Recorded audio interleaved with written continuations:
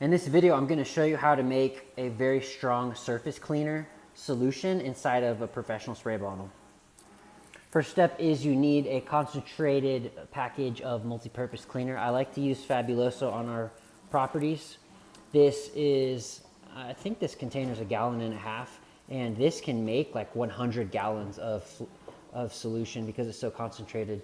It's pretty awesome and I recommend it. I prefer the lemon scent, but the purple one's all I have for right now. I'm gonna pour in probably 4 or 5 ounces. So let me do that real quick. All right, so I just poured in 4 or 5 ounces and I'm gonna go ahead and fill this all the way up to the top.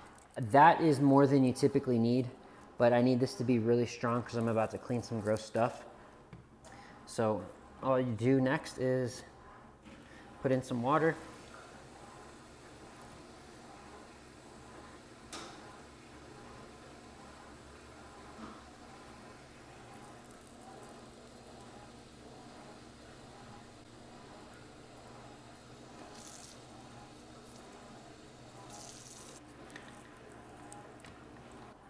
And that's how you mix up some multi-surface spray cleaner inside of a spray bottle. Thanks for watching.